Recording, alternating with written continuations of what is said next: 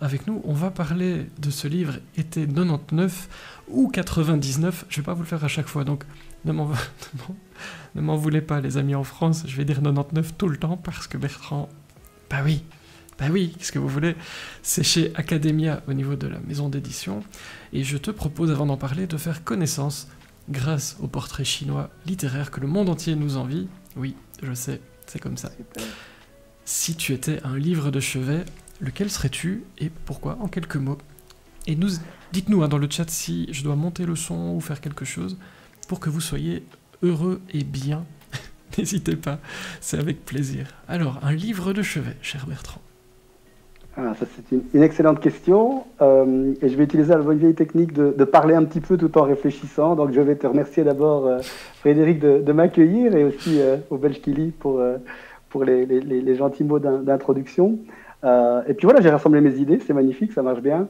Alors évidemment, c'est difficile de choisir un seul livre, mais c'est le jeu, donc je le fais. Il y en a un qui revient souvent quand on me parle des livres qui m'ont marqué le plus, c'est le Régiment noir d'Henri Beauchot. C'est un livre qui rassemble beaucoup de choses qui me plaisent dans la littérature. La première étant, peut-être, il y a une espèce de romantisme, d'impulsion. Le héros est un jeune homme qui va quitter sa vie bourgeoise dans la campagne française du milieu du 19e siècle pour faire la guerre de sécession, en fait. Et donc, il a été abreuvé un peu des récits napoléoniens de son grand-père. Et il se dit, au moment où ses parents, petits bourgeois, veulent en faire, je ne sais plus, un notaire ou un apothicaire, quelque chose comme ça, lui il dit non, moi je vais faire la guerre comme grand-père. Et il part, il traverse l'Atlantique en bateau. Et par une série de péripéties, en fait, il devient l'officier du premier régiment d'artillerie composé uniquement d'anciens esclaves, donc de Noirs. Et c'est un super bouquin, évidemment, il y a un thème très humaniste, on imagine derrière ça, derrière l'émancipation, l'égalité de tous les humains. Et alors Henri Beauchot, je ne sais pas si vous situez, c'est ce très grand écrivain belge qui est connu surtout pour Oedipe sur la route et Antigone. C'est un poète aussi, donc il y a vraiment une plume trempée dans la poésie. Et il y a du lyrisme, il y a de l'aventure, il y a de la poésie, il y a, comme je disais, cet humanisme, c'est absolument magnifique. En plus, c'est son tout premier roman, c'est un roman de jeunesse qu'il écrit avant qu'il soit connu. Et ça, je trouve ça toujours super intéressant de lire les premiers livres des grands écrivains. Parce qu'en fait, là, il n'y a pas d'artifice, il n'y a pas le public qui attend, il n'y a pas l'éditeur qui lui dit « ce serait bien si tu faisais ça ou quoi ». Donc, c'est vraiment eux à 100%. Et celui-là, il est magnifique, il me parle à fond. Donc, Le Régiment noir, ce serait vraiment le livre que je garderais sur ma table de chevet s'il en fallait en garder qu'un. Et il y a déjà du voyage dans l'air. Zut demande 99, est-ce qu'il y a un rapport avec 99 francs? Non, non, pas du tout. Donc d'abord, je souscris complètement au 99, d'autant plus que demain, les Français ont congé, donc on a le seum. Donc dans ces cas-là, on est encore plus chauvin. Donc voilà, on va faire comme ça, 99. En fait, je voulais absolument que le roman se situe entre la chute du mur de Berlin et le premier iPhone. Donc on est peut-être un petit peu dans la nostalgie à la Fanny Rouet, mais c'est de la nostalgie inclusive en fait. Et quand j'en parle aux jeunes qui n'ont pas connu cette période bénie, tout de suite ça leur parle. En fait, je voulais un cadre pour le voyage où on se disait le monde est à nous, et en même temps on ne pouvait pas, quand on était en galère, prendre son iPhone et regarder où est-ce qu'il y avait un Airbnb. Donc le 99, ça projette un peu dans cette ambiance fin de siècle et déconnectée, voilà. Juste avant le bug de l'an 2000 qui n'a pas eu lieu. Qui n'a pas eu lieu. Alors je me rappelle encore comment c'était drôle de voir tout le monde s'inquiéter. Je sais pas si vous étiez là, si vous vous en souvenez, mais en tout cas moi je m'en rappelle très bien, c'était tellement drôle où on se disait que tout allait exploser au niveau de l'informatique, etc. On attendait ça presque avec impatience en se disant est-ce que les Mayas auraient pu prédire quelque chose comme ça. Bref, si tu étais un format parmi tous ceux qui existent, lequel choisirais-tu? Un format de livre. Alors. Donc par exemple, ouais. Le poche, le grand format, e-book, ouais. Audio, BD ou toute autre chose. Ah ben je vais choisir un truc qui n'est pas dans la liste, hein, comme bien sûr. c'est des créatifs. Roman feuilleton. Là aussi, je vais revenir au 19e siècle. Je vous rassure, je ne parle pas du 19e siècle, mais j'aimais bien cette littérature qui était en fait le Netflix de l'époque, quoi. Et plein de grands classiques, on se dit aujourd'hui, je n'arriverai jamais à les lire, ça fait 1000 pages. Et en fait, les gens, ils les lisaient en 6 mois, un an, je sais même pas, je suis pas un expert, mais ça paraissait dans des journaux toutes les semaines ou tous les jours, je sais même pas.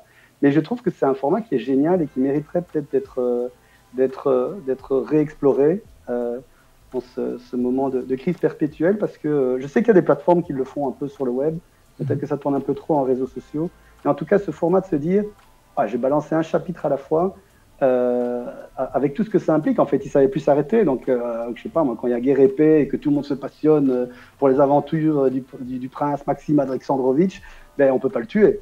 Donc, voilà. Donc, je trouve ça génial, en fait, le roman feuilleton continue. Et réponse très originale. On en avait parlé avec Bruno Gassio, si vous vous rappelez, quand il est venu, puisque lui a fait un petit peu ça avec son livre C'est quoi ce bordel, où il publiait comme ça des morceaux un peu tout le temps sur Facebook, je pense, et puis ça a donné lieu à un livre. Très chouette réponse, nous dit le Belge Kili. Oui, c'est vrai que c'est original, et je note l'idée, ça pourrait se relancer cette histoire-là, c'est pas mal, j'aime bien.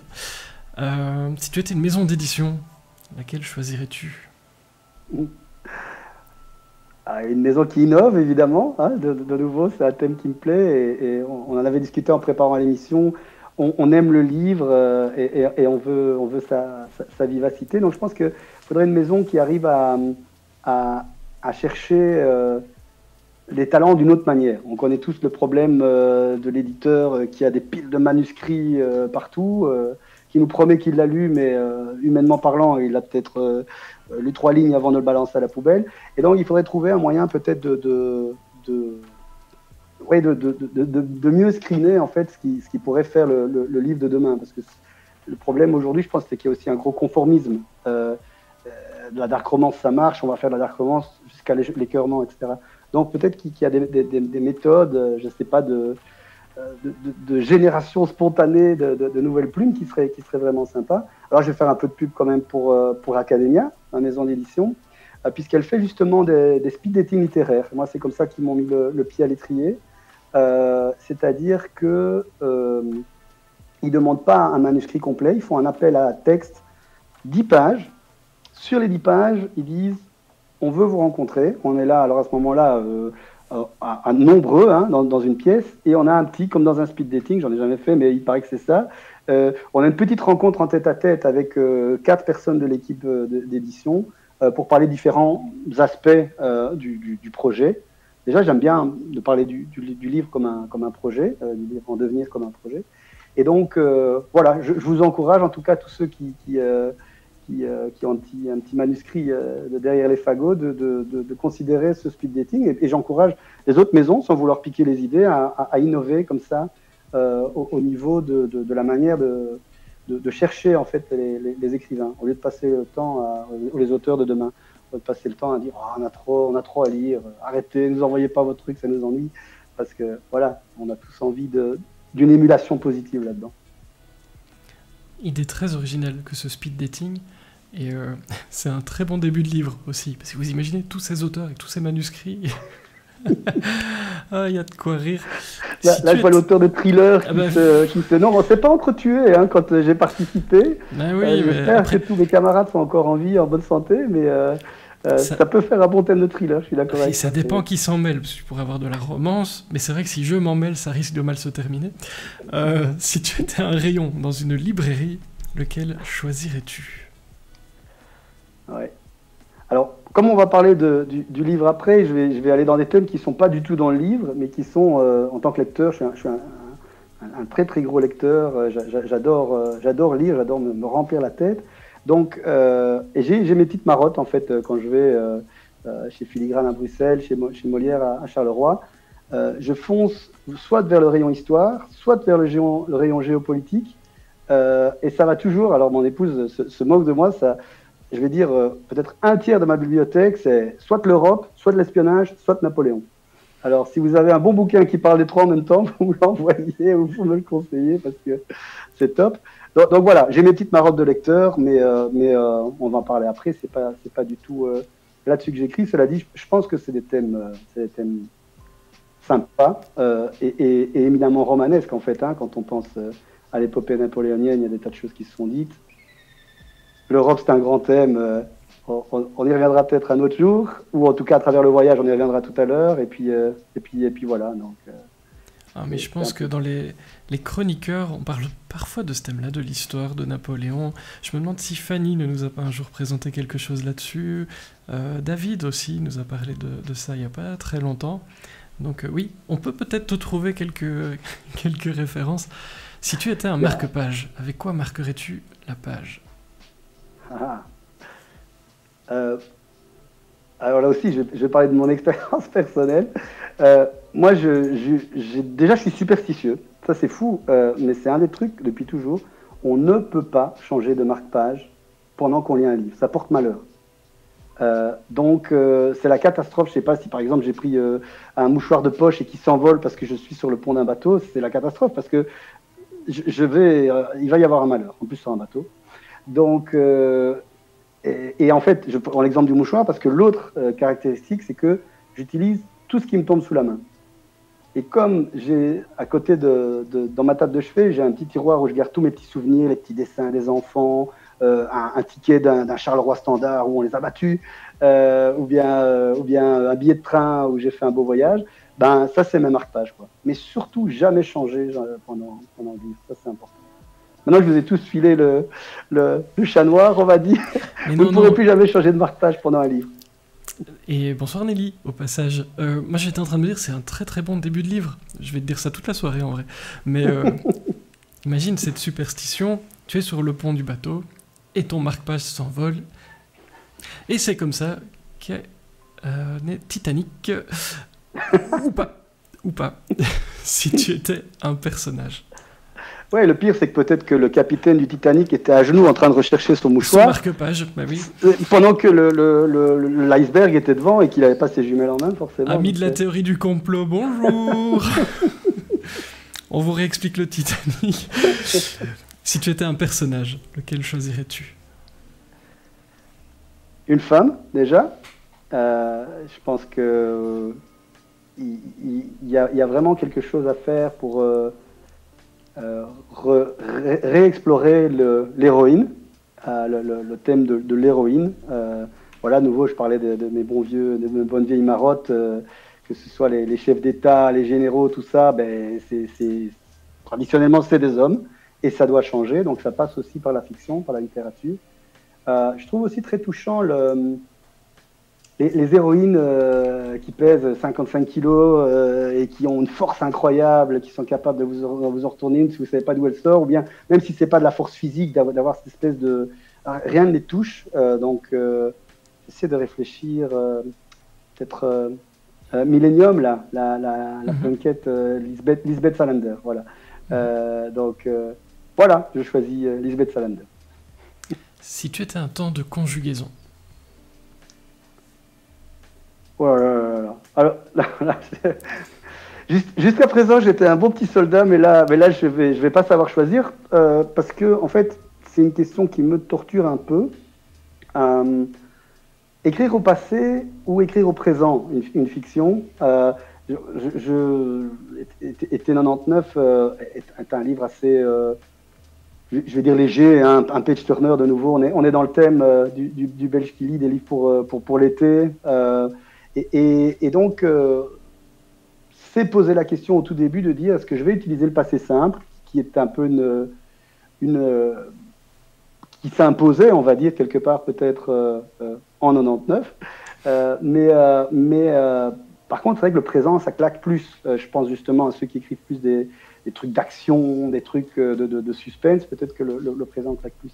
Et donc, pour le suivant, où je suis en train de chercher ma voie, VOX, on va dire, je me demande si le présent ne claquerait pas plus. En même temps, je suis très content d'avoir été sur le passé simple avec Été 99. Je me souviens d'avoir reçu quelques micro-retours de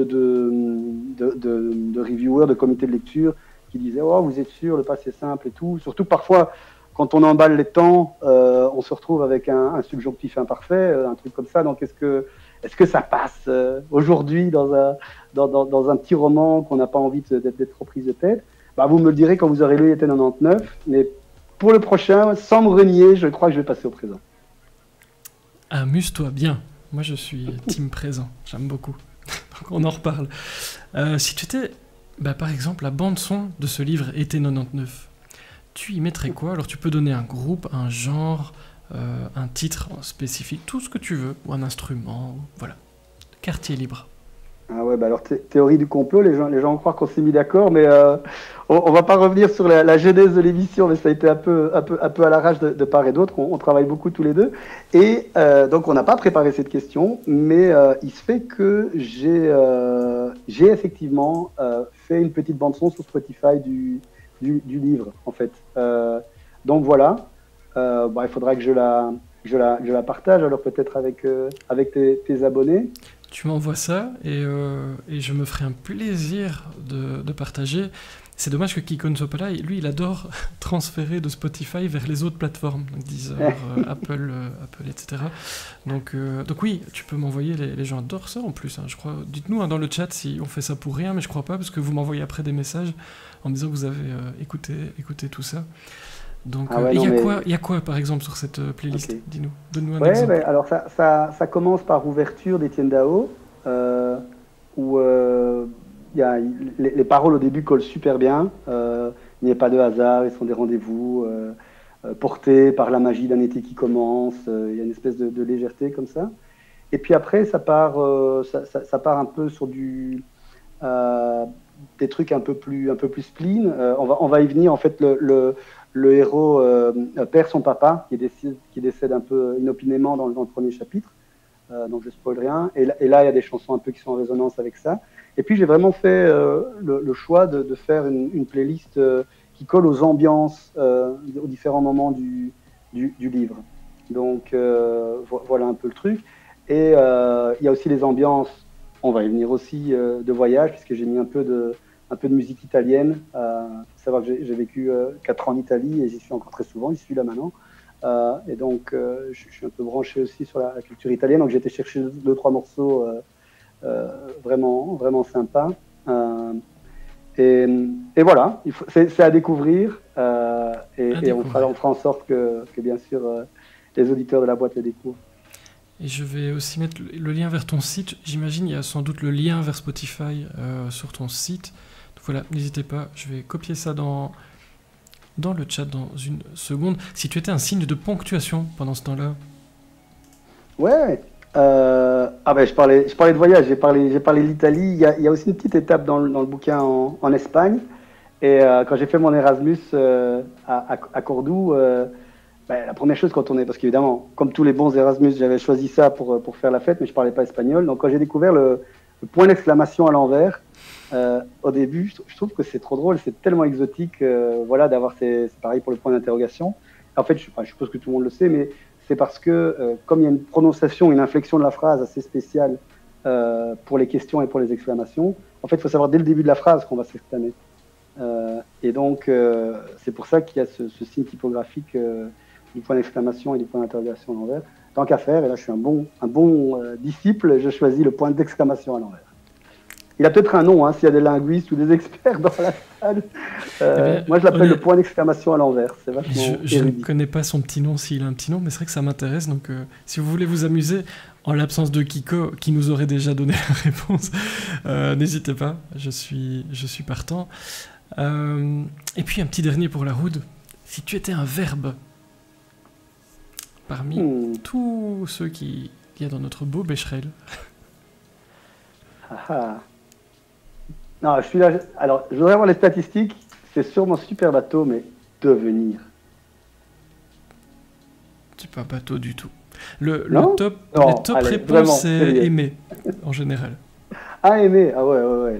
Là ce bateau, là. Qu'est-ce que tu aimerais devenir? Ah, un auteur avant tout. C'est vrai que comme toi, comme beaucoup d'autres petits auteurs, enfin toi tu es un plus grand que moi, mais comme beaucoup de petits auteurs, je vais dire, qui n'en vivent pas de leur plume, on a d'autres métiers. Et c'est vrai que j'adore mes autres métiers, mais c'est sympa. Ce serait sympa peut-être plus tard de vivre de ça, quoi. Donc, pas pour le fait de vivre de ça, mais pour se dire, voilà, toute mon activité intellectuelle est dédiée à la création. trouve que c'est un énorme privilège. Et c'est normal, évidemment, que ce soit pas accessible à tous, ce serait trop beau. Mais ça, c'est un devenir. Maintenant, j'avais choisi le verbe devenir. C'est vrai que on aime se réinventer, je pense, un peu tous. Et peut-être nous qui allons vers les livres, vers les lettres, peut-être que ça nous parle plus. Mais je pense que le verbe devenir, il est génial, justement, simplement par le fait de dire qu'on est, on est dans un état aujourd'hui et on pourrait être dans un état autre demain. La transcendance, on va dire, pour utiliser un autre joli mot, c'est quand même un concept qui est super chouette, en fait. Alors je vois le temps qui avance, je te propose... Alors non, on ne va pas parler d'un livre Hiver 99 qui serait prévu pour lire au coin du feu, quoique peut-être que c'est dans tes projets, mais ça on y en parle tout à la fin. Et le Belge Killing nous parle du point d'exclamation culbuté. Je ne sais pas si c'est une vanne ou si c'est vrai, mais c'est très joli, ceci dit, donc... Allez, pourquoi pas, on va le garder. Je suis comme ça.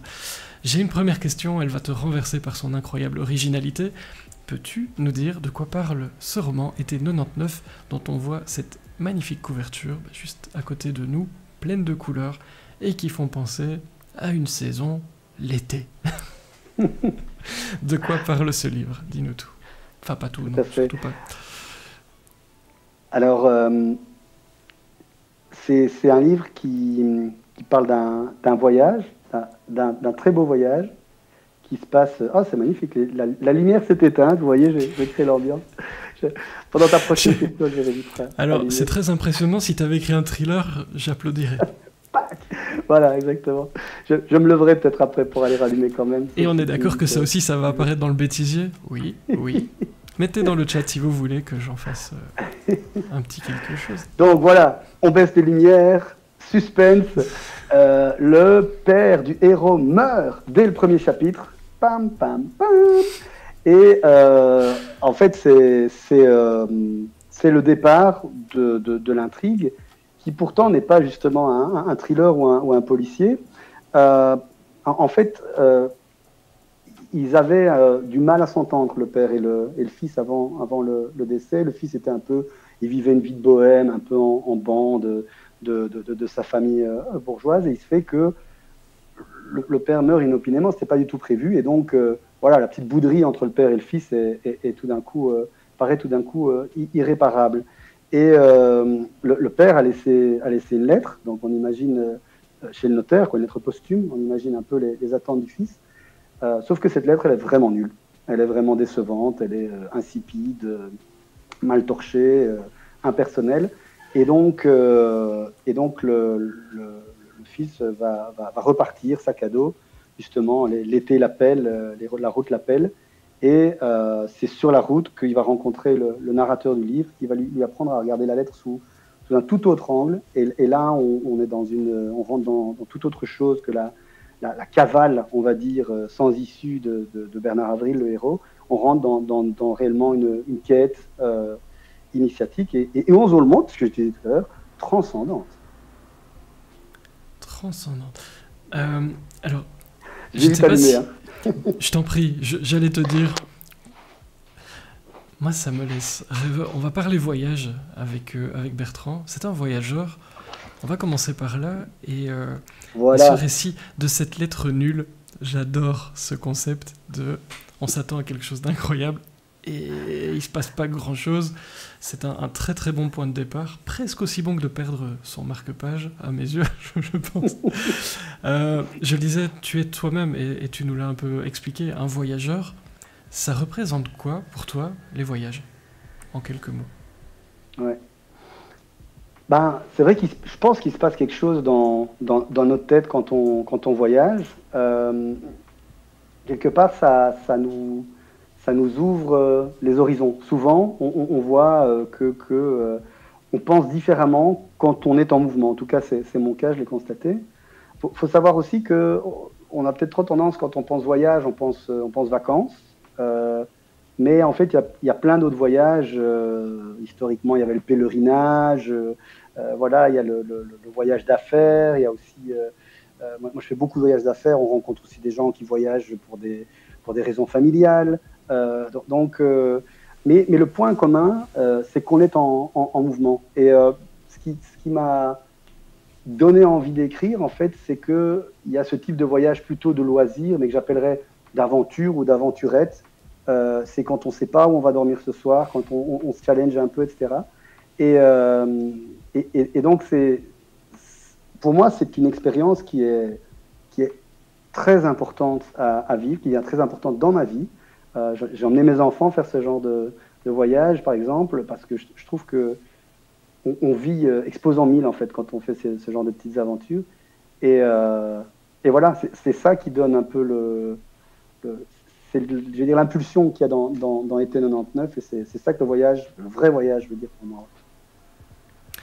Ça laisse rêveur. Dans ce livre, au niveau voyage, on souffle le chaud et le froid. On va commencer par le froid d'ailleurs, hein. Direction les Alpes, les glaciers. Tu avais envie de voir des paysages différents, j'ai l'impression, dans ce livre, et surtout de faire vivre aux personnes qui te lisent des paysages différents. Est-ce que ce sont des lieux où tu as été? Je prends les Alpes, par exemple, avec les glaciers. Ouais. Est-ce que Bertrand a foulé de ses pas les glaciers? Oui, plutôt beaucoup. Enfin, les glaciers, un peu moins, mais en tout cas, les verdoyants alpages dans tous les sens, c'est vraiment quelque chose. J'ai toujours entre 2000 et 3000 mètres. J'ai l'impression que c'est le jardin où j'ai grandi, parce que j'avais la chance d'aller souvent simplement l'été, voilà, prendre l'air en montagne. Et ces sensations, effectivement, cette lumière, etc., je trouvais ça magique. La marche, de nouveau, donc je parlais tout à l'heure de réflexion.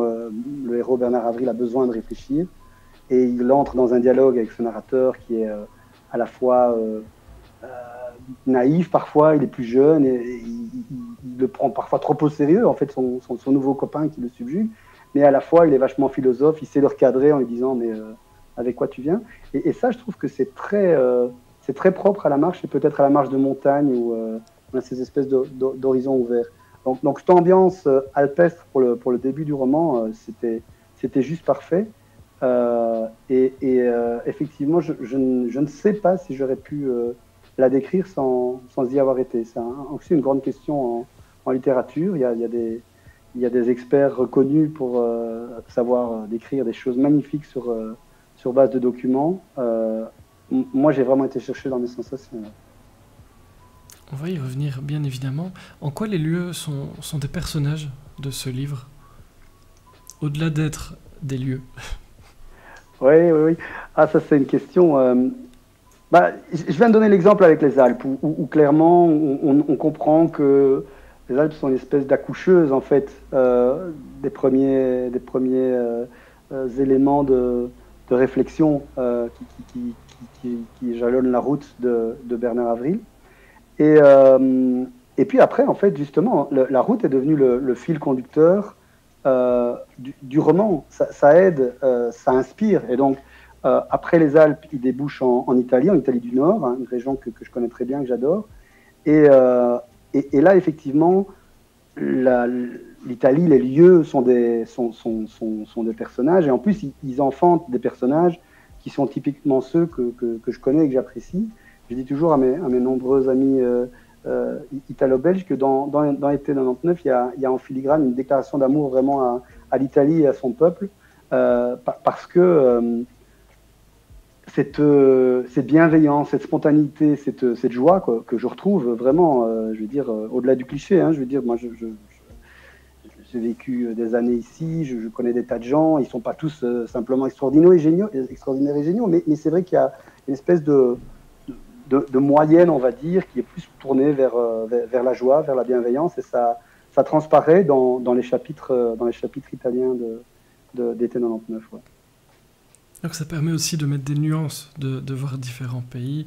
Parce qu'on parlait des glaciers, il y a aussi le côté dune, et Sahara par exemple. Donc on souffle le chaud et le froid quand même. J'ai l'impression que tu prends des notes pendant tes voyages, puisque tu disais je me sers des sensations que j'ai pu ressentir. Est-ce que tu as des carnets de voyage, des carnets du bourlingueur ou... J'ai parfois pris des notes sur le vif.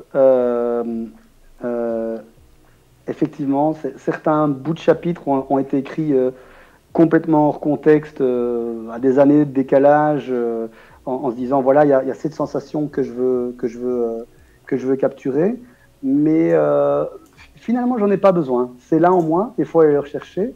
Et je pense que c'est ça aussi. On aime bien quand on rencontre d'autres auteurs. C'est évidemment pour moi un des plus grands privilèges. Ça fait 3 mois que je connais ce monde-là. Et pour moi, un des plus grands privilèges, c'est de parler avec d'autres auteurs, d'avoir le temps pendant que on attend entre deux signatures, par exemple, ou bien quand on se rencontre. Et donc chacun a sa technique, mais moi, en tout cas, mon approche de l'écriture, elle est très onirique. C'est-à-dire que c'est d'ailleurs dans un état un peu de semi-conscience que je vais chercher ces bribes de souvenirs qui sont complètement hybridés avec ce que je projette, ce que je voudrais, ce que j'aimerais, ce que je trouve chouette, etc. Et comme ça, dans cette espèce de brouillard, de brume de rêve, ben, émerge un personnage, une situation, un lieu. Et c'est peut-être ça qui évoque d'ailleurs la couverture d'été 99. On a beaucoup réfléchi avec l'équipe d'Academia pour avoir quelque chose qu'on avait envie de mettre sur sa table de chevet et qui évoquait comme ça un petit peu une espèce d'horizon des possibles. Et je trouve que ça colle bien avec le monde du rêve, mais du rêve éveillé, du rêve structuré qui va quelque part, quoi. Alors, il faudrait un sacré budget pour mettre ce livre sur grand écran. J'ai l'impression. La nature, les grands espaces. C'est une question qui revient souvent aussi chez les lecteurs qui nous écoutent, qui sont avec nous ce soir et bien au-delà. Est-ce que c'est facile à décrire avec des mots? Parce que tu disais, tu te sers de tes sensations, mais à un moment, il faut pouvoir plonger les gens dans des décors qui sont assez incroyables. Est-ce que c'est compliqué? Est-ce que c'est facile? C'est quoi les pièges quand on fait ça? Bah déjà, c'est pas facile. C'est là la partie du travail. Je veux dire, alors il y a des auteurs extrêmement doués qui arrivent à écrire comme ça sur une fulgurance un texte parfait. Hein, la route de Kerouac qui est un exemple connu. Voilà, ou la boîte de Frédéric Ernotte. Mais non.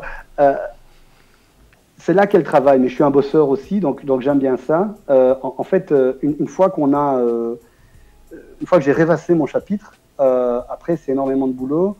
Et en général, moi je travaille aussi vraiment par passage successif. J'aime bien comparer ça à la menuiserie où on doit poncer avec du gros papier, puis du moins gros, etc.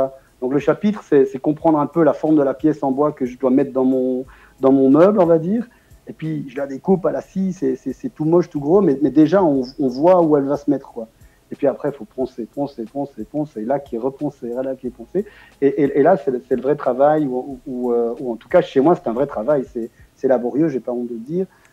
Mais recouper, faire plus court, arriver à dire la même chose en 5 mots plutôt qu'en 15. Vous voyez que j'ai pas de mal à faire sortir les mots. Par contre, voilà, il faut bien les ramasser dans été 99. En tout cas, l'exemple pour ces livres-là, je pense que j'ai à peu près balancé 33% du bouquin en termes de chapitres, de longueur. Il aurait pu être 33% plus long si je ne m'étais pas astreint à me dire tac, il faut que ça claque, que le lecteur ne s'embête pas, que chaque chapitre fasse avancer d'un petit pas. Et donc tout ça, c'est du travail. Salut Christophe Tabar, bienvenue. Kiko est en congé. Il est au resto, je crois, tranquillement, mais on pense bien à lui. Bienvenue ici. Moi, quand on me parle de poncer, je sais pas si je suis le seul, j'ai Karate Kid en tête, toujours. Mais c'est moi. Voilà, j'ai cette image. Je pense qu'il y a des images qui vous collent comme ça tout le temps, toute la vie. Et dès qu'on me parle de poncer, je revois cette scène. Je ne sais pas vous. Ce livre, c'est une fiction? Parce qu'on disait, tu as voyagé beaucoup. Dans le livre, on voyage beaucoup. Est-ce que c'est une fiction? Oui, totalement. C'est vrai que sans doute, on met toujours beaucoup de soi et beaucoup des autres. D'ailleurs, c'est toujours la question aussi qu'on pose à un néo-romancier. C'est « tu m'as mis dans ton livre », tout ça. De nouveau, je crois que c'est plus complexe que ça. Il y a certainement des morceaux de personnes qu'on connaît qui sont amalgamés pour faire un personnage. Mais par contre, j'ai pas du tout cherché, j'ai pas du tout cette position d'avoir volontairement mis en scène Bertrand Misonne, ses névroses, ses joies, ses peines, régler ses comptes avec qui que ce soit. Euh, D'ailleurs, mon papa est toujours vivant, je m'entends très bien avec lui, donc je lui fais un gros bisou. Donc voilà, il y a peu de parallèles réellement avec vraiment l'intrigue, la punchline. Mais voilà, par contre, c'est évident qu'on met de soi. Donc, le livre, par exemple, interroge les rapports père-fils. Il met en scène une chouette amitié, comme j'imagine on voudrait tous en avoir une. En tout cas, moi, j'ai projeté un peu une chouette amitié telle que je la vois moi. Il y a une histoire d'amour aussi, une femme merveilleuse qui, je trouve, ressemble à la mienne. Donc voilà, il y a des trucs un peu autobiographiques, mais j'ai pas voulu mettre en scène je vais dire, un pseudo-moi ou régler, je vais dire, quelques phases de ma vie là-dedans. Alors tu qualifies ce livre de road trip initiatique. C'est quoi ta définition de ce volet initiatique dans le livre? Ouais. Bah, euh, on en revient, c'est une épanadiplose, à la notion du début de transcendance, en fait, parce que le côté initiatique, c'est se dire que les héros sont différents et a priori mieux qu'au début. Donc il y a un chemin parcouru au sens ici littéral du terme, mais aussi au sens figuré. Donc c'est marrant, on m'a pas encore balancé beaucoup d'exemples, mais il y a forcément des archétypes de fiction et c'est pas un problème. Il y a sûrement plein de fictions comme ça où on a parcouru la route et on est différent après qu'avant. J'ai pas un truc qui me vient en tête là tout de suite. Je sais pas, peut-être dans une certaine mesure Stand By Me, le film ou un truc comme ça. Mais c'est vrai que c'est un peu cette idée-là, quoi, d'être changé en bien par, en l'occurrence, le road trip, donc le voyage sur la route. Ceux qui sont un peu attentifs à la typographie remarqueront que très souvent, je mets un R majuscule à la route dans le bouquin. Si je ne le fais pas, c'est que j'estime que c'est vraiment le bout de tarmac qui est sous leurs pieds. Mais sinon, la route avec un grand R, c'est aussi un personnage du roman. C'est une déesse, la déesse du destin, la déesse bienveillante qui va nous mener de nouveau quelque part au propre comme au figuré. L'alchimiste, nous dit Christophe. Ah ouais, c'est Tabar. vrai. Il y a pas mal d'exemples, on va pas tous les citer, parce que... Donc il y a ce côté-là, tu disais, un des thèmes du livre, c'est aussi le lien entre un père et son fils, même si le père n'est plus là. En quoi ce passage à la vie active est-elle une source d'inspiration pour toi? Parce que c'est un combo qui fonctionne bien en termes de narration, un lien comme celui-là. Ça t'inspirait quoi? Je crois que c'est peut-être parce que l'impulsion d'écrire le roman a été un peu contemporain de cette propre phase-là chez moi. C'est vrai que c'est une phase de la vie qui est intéressante en fait, hein. On est un peu, enfin, en tout cas les Occidentaux embourgeoisés dont beaucoup d'entre nous font partie, sont un peu sur les rails un peu de la scolarité pendant toute une partie de leur vie et jusqu'à un certain âge. Et puis après quoi? Tout d'un coup, on se retrouve à la gare et il faut choisir la destination finale quelque part. Et donc, je trouve que ce moment, ce tournant finalement, où on se découvre, est intéressant, quoi. Et voilà, il se fait que chez moi, en plusieurs phases, ce passage-là s'est fait à travers mon Erasmus en Andalousie, à travers des voyages dans le désert au Maroc ou en Italie ou dans les Alpes. Et donc, voilà, il y avait cette impulsion qui était là. Mais c'est un thème qui m'intéresse vraiment. Et je pense que le suivant, parce que j'ai déjà les personnages qui commencent à vivre dans ma tête, l'exploreront sous un tout autre angle, mais on aura aussi une héroïne cette fois-ci, hein, comme je l'ai dit en début d'émission, une héroïne qui déploie ses ailes. Je trouve que c'est un super moment pivot, quoi. Et donc, marcher dans les traces de ses parents ou pas, c'est une question que beaucoup de gens se sont posées, se posent et se poseront encore. C'était ton cas? Tu t'es servi De ton cas personnel pour intégrer Non, ça au livre. non, c'est marrant. Alors, c'est marrant parce que je me suis dit que justement, parfois, à l'inverse, je me suis tellement pas posé la question que ça devient quelque chose au sujet duquel il faut se poser la question, puisque je viens d'une famille avec une grande tradition de médecins sur 3-4 générations, quoi, hein, beaucoup de médecins. Et moi, ça m'a même pas effleuré l'esprit de faire médecine. Pourtant, à l'époque, il n'y avait pas de concours, rien du tout.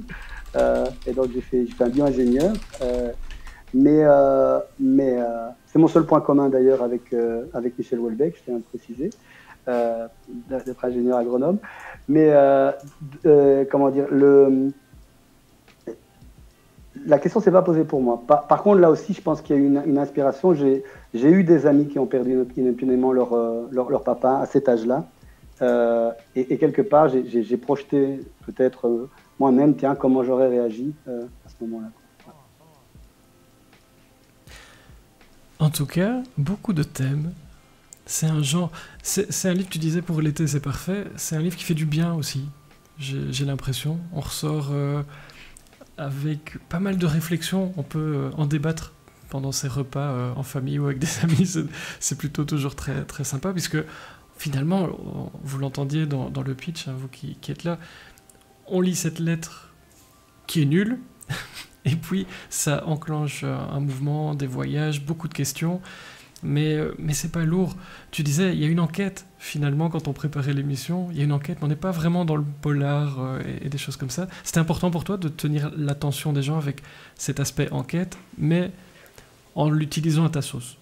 Si voilà, c'est exactement ça. C'est le fil conducteur. Et c'est ce qui fait qu'on a envie de tourner les pages et les chapitres. Mais quelque part, on arrive à un point où ce mystère-là perd en importance au fur et à mesure du livre, tout simplement parce qu'on se laisse porter par la route, parce qu'on est en vacances, on est bien. Et c'est vrai que tu fais bien de le préciser, parce que, bon, ici, on était en présence d'un public de lecteurs avertis, on en avait discuté, et donc j'ai été un petit peu touché, je veux dire, les aspects vraiment plus philosophiques et littéraires du bouquin, mais en fait, le retour qu'on a, c'est que c'est un bouquin qui se lit très facilement et qui n'est pas prise de tête. C'est marrant parce que j'aime bien parler, j'aime bien refaire le monde. J'ai plein de potes avec qui on a passé des nuits entières à causer comme ça, philosophie et tout. Et donc, justement, leur réflexe, quand ils ont lu le bouquin, j'imagine que c'était un compliment. Ils m'ont dit: ah, mais c'est dingue, c'est pas du tout prise de tête. Mais Bertrand, comme on te connaît, comment c'est possible? Donc, voilà, peut-être que mon travail d'ébéniste, là, de poncer le texte, de faire un truc un peu fluide, etc., et de distiller les thèmes philosophiques. Entre finalement simplement une belle histoire plutôt divertissante, ben, peut-être que ça a marché, quoi. Et là-dessus, ceux qui veulent beaucoup réfléchir le feront, et ceux qui veulent simplement se détendre au bord de la piscine, c'est bon aussi, quoi. Un ingénieur, pas prise de tête. C'était important de le souligner. Ça n'existe pas. Et donc pas du tout d'enquête au sens polar, même si on commence par un mort, tu le disais en rigolant. En parlant de quelqu'un qui aime le suspense, Sébastien, si tu m'entends, où que tu sois, on t'attend. On discute tranquillou, il n'y a pas de souci. Il n'est pas encore arrivé, alors on va profiter, hein. On est entre nous. En mode meublage. Pas du tout. Non, j'ai encore plein de questions. En vérité, j'ai encore plein de questions.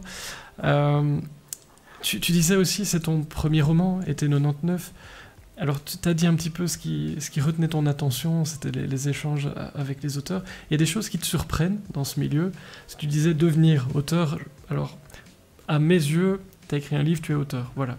Après, il y a ce qu'on en fait, et ça, c'est autre chose.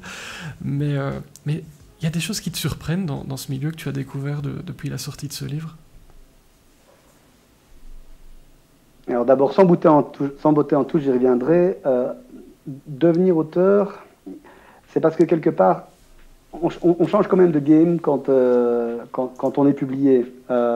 J'ai eu moi cette réflexion-là où finalement le livre, j'ai pris énormément de plaisir à l'écrire, même si, comme je disais, c'était pas autobiographique, c'est pas vraiment intime. Quelque part, je mettais quand même un peu mes tripes et mon âme sur la table. Et donc, forcément, il y a une espèce de vulnérabilité qu'on sent quand on fait ça, quoi. Et puis, à l'inverse, il y a quand même, je veux dire, il ne faut pas se mentir, un livre publié, c'est un objet culturel à vendre. Donc il y a une industrie derrière, il y a quelque chose de cet ordre-là. Donc il faut vendre, quoi. Et je trouve que cette mue-là, en tout cas moi en ce qui me concerne, m'a coûté énormément d'énergie. Personne n'a rien vu à part des membres de ma famille qui voyaient de la fumée qui sortait de mes oreilles, et je les remercie pour leur patience. Mais je pense qu'il y a vraiment quelque chose autour du fait, et c'est peut-être prévenir tous ceux qui en sont à finaliser leur manuscrit, qu'il y a une espèce de changement d'optique qui se fait. Moi, j'ai essayé d'exorciser ça en y allant justement à fond dans le fait de me dire, quelque part, prendre de la distance par rapport à mon joli petit bébé et me muer en commercial, quoi. Je ne vais pas dire comme si je ne l'avais pas écrit, vous avez vu que j'en parle avec cœur, mais avec une distance qui me permet d'aller dans les salons littéraires comme si j'étais derrière mon étal de melon en train de faire hey, qui veut un marque-page, qui veut que je lui pitch mon livre, etc. Donc complètement lâcher cette pudeur. Et c'est d'ailleurs comme ça que j'avais fait le petit logo. Je pense qu'on ne le voit pas la taille ici, mais j'ai des petits autocollants Lisez Bordel que je distribue sous les salons. Donc on est aussi sur la même page avec le Belge qui lit. J'aimais bien cette expression justement qui est en même temps un impératif qui est propre à la publicité. Hein. Moi, ça me rend toujours dingue. La publicité, c'est soyez ceci, faites cela, voilà, lisez ceci, voilà. Et puis le bordel derrière qui était à la fois effectivement très, très belge grâce à de bons souvenirs footballistiques et un peu vulgaire aussi, c'est quand même un gros mot. Et donc, voilà, c'était ma manière, un peu mon cri de guerre pour dire, ben, maintenant que je l'ai publié, il va falloir le vendre. Donc voilà, lisez Bordel, lisez Été 99, achetez-le, lisez-le, aimez-le. Si possible, bien sûr. Et tu fais attention aux retours. Les premiers retours, c'est toujours quelque chose hein, quand on sort son livre. Tu disais, tu oublies un peu la pudeur, tu essaies d'avoir un détachement quand même par rapport à ça, c'est intéressant. Mais il y a des retours. Ouais. Est-ce que tu les lis? Est-ce que tu ne les lis pas justement pour rester un petit peu dans une bulle et pas trop être impacté à ça? Mais j'ai cru comprendre que tu travaillais déjà sur un autre livre, donc c'est peut-être... Est-ce que les retours sont importants et ils disent quoi depuis le début si tu les lis? Ouais. Alors là, c'est peut-être effectivement, pour répondre à ta question précédente, une des bonnes surprises de découvrir je vais dire le monde du livre à travers le prisme de quelqu'un qui en a écrit un. C'est que je trouve que finalement, il y a beaucoup de bienveillance. En fait, peut-être évidemment parce que je ne sais pas encore la célébrité d'avoir des détracteurs, mais je trouve que dans l'ensemble, en fait, les gens sont super sympas, sont super attentifs, que ce soit les libraires, les gens qu'on rencontre un peu du monde du livre sur les salons. Il y a toujours une écoute bienveillante. Alors, c'est par contre plutôt l'absence de réponse qui est parfois frustrante. De nouveau, j'en discutais tout à l'heure. On est dans une industrie où on passe notre temps à nous expliquer, j'utilise exprès le mot industrie de manière provocante, on explique que tout est saturé, qu'il y a trop de livres, qu'il y a trop de manuscrits, qu'il y a trop de maisons d'édition, qu'il y a trop d'auteurs, que de toute façon, il n'y a pas assez de lecteurs pour se partager le gâteau, tout ça. Et ben, c'est vrai que là-dessus, la réponse la plus fréquente, en fait, c'est de dire, voilà, on ne te répond pas. C'est écrit à Bernard Pivot, lui disant hey, j'ai écrit un bouquin. Je ne sais pas s'il est encore vivant, s'il est plus vivant. Je m'excuse, je n'ai pas suivi son actualité. Mais bon, on écrit à un journaliste en disant hey, regardez, j'ai écrit un bouquin. Et lui, il fait bof, bof. Par contre, évidemment, les retours des lecteurs, ça, c'est super. Et c'est vrai que là aussi, j'ai eu de la chance d'avoir énormément de retours positifs. Et en fait, c'est vachement touchant, quoi, parce que surtout, les mots employés ont leur importance. Alors, c'est pas. On ne cherche pas à avoir des likes et des j'adore et des c'est super bien, c'est super bien, c'est le meilleur livre du monde. Ça nous glisse dessus parce qu'on sent bien que c'est pas forcément vrai. mais par contre, quand les gens mettent dans le mille, qui disent ah mais en fait ce personnage-là, je l'adorerais, je voudrais être son pote, quoi. Ou bien oh, t'as trop bien décrit ce village, Manona vient de là-bas. C'est vraiment trop bien. Donc, ces choses-là, ces retours-là, je trouve que ça fait vraiment super plaisir. Mais je ne sais pas comment d'autres le vivent, comment toi tu le vis, Frédéric, mais de manière générale, on se fait rarement allumer vraiment méchamment aussi. Si, bien sûr que si. Bah, toi, c'est parce que tu es célèbre, donc il y a des jaloux, tu vois, c'est la différence. Non, ou c'est parfois des questions de goût, de plein de choses. On pourrait en parler longuement. Salut Stéphane, bienvenue, je t'ai pas encore dit bonjour. J'espère que tu vas bien, que tu as passé une bonne journée. Parce qu'on parlait voyage, est-ce qu'il y a un endroit où tu n'es pas encore allé et dont tu rêves? Ça m'intéresse toujours. Ah oui, bah oui, de nouveau en plein dans le mille, parce qu'on réalise cet été un super rêve avec ma famille. On va en Afrique subsaharienne, dans les beaux grands parcs d'Afrique australe, voir la savane, les grands animaux de la savane.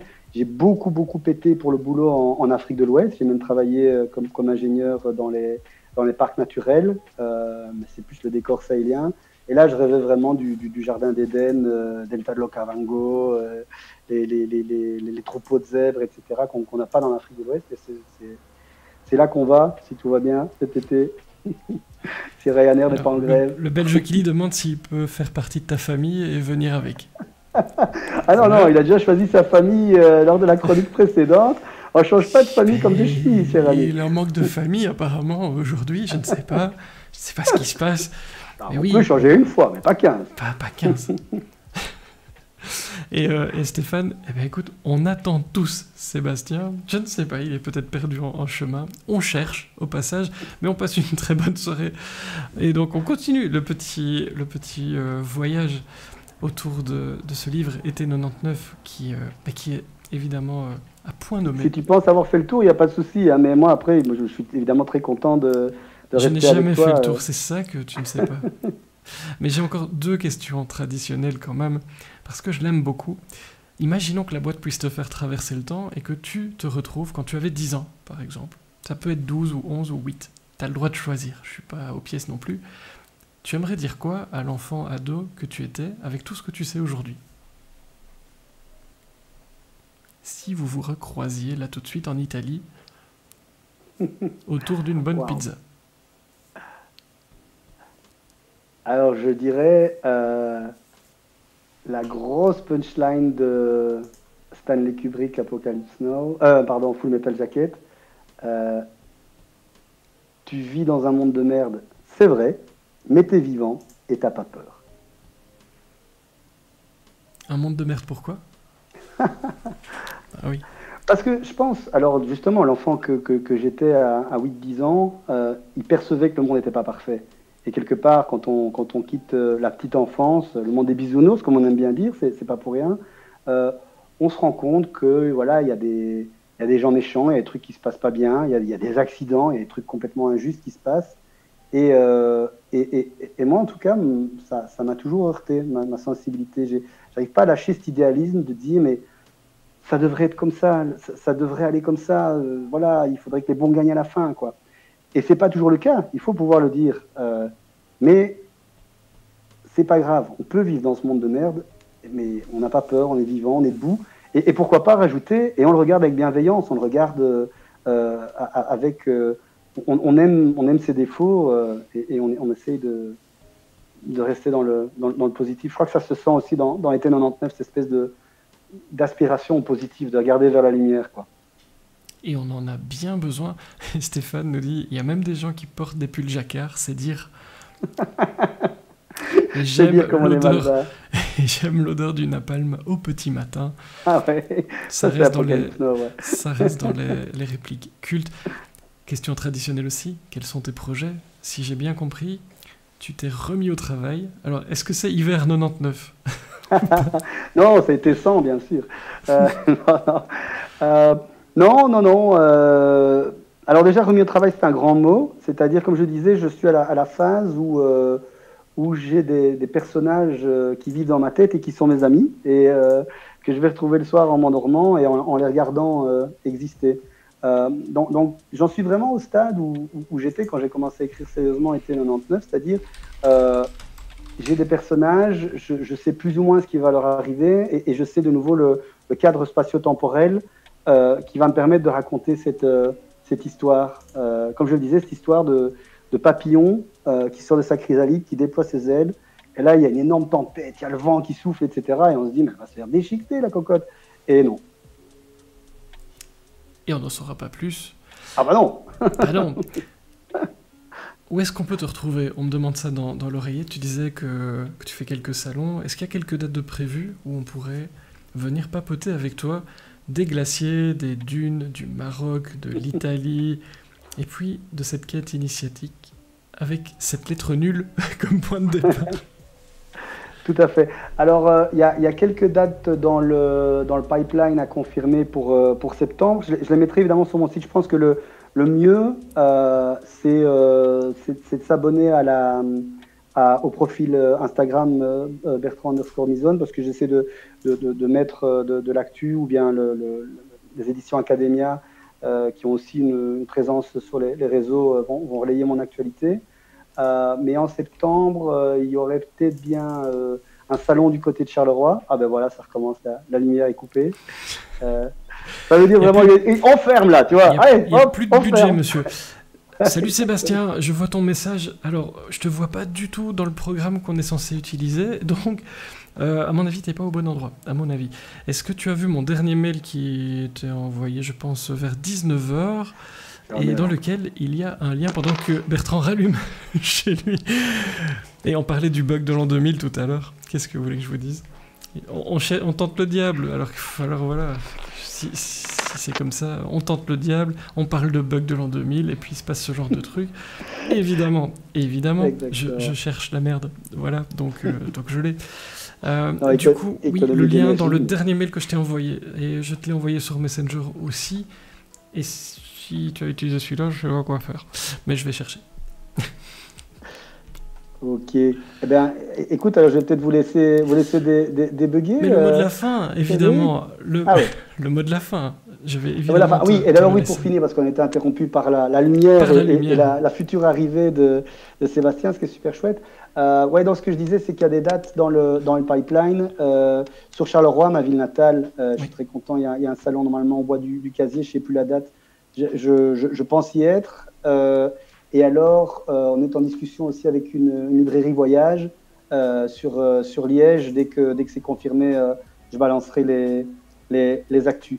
Malheureusement, la librairie Molière à Charleroi, qui est vraiment une institution, etc., n'est pas intéressée par les petits auteurs Carolo. On leur a envoyé 2-3 messages ensemble avec d'autres auteurs Carolo. Ils n'ont pas répondu. Donc, j'espère que ça va bouger aussi de ce niveau-là, parce que c'est vrai que ils ont Eric Emmanuel Schmitt, ils ont Adeline Dieudonné, donc c'est vrai qu'après Bertrand Mison derrière, ça fait un peu vide dans la salle, mais peut-être que ça vaut la peine, et c'est un petit appel du pied aux libraires. Peut-être que parfois vous pouvez grouper quelques petits auteurs, et ils seront tout contents de vous remplir la salle aussi, quoi. Donc voilà. Qu'ils n'hésitent surtout pas, en tout cas.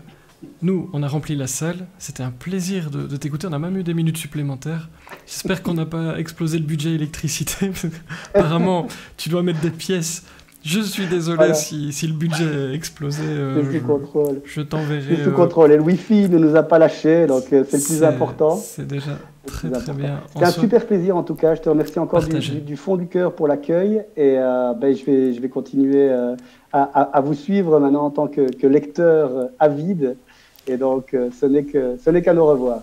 Ce n'est qu'à nous revoir. Je te remercie. Longue vie à cet été 99. Et puis, au futur projet, j'imagine qu'on se croisera ici ou là. C'était un vrai plaisir de t'avoir avec nous ce soir, avant mon petit congé personnel, qui n'est pas du tout un congé. Et puis, je te souhaite une bonne fin de soirée. En Italie, ça ne se voit pas du tout à l'écran, mais profite bien. J'ai envoyé la photo pour le prouver. Hein, oui, la photo, elle donne envie en tout cas. Et depuis que tu m'as dit ça, j'ai envie de pizza, ce qui n'est pas du tout pratique. C'est faisable. Un tout grand merci et bonne continuation. Merci beaucoup.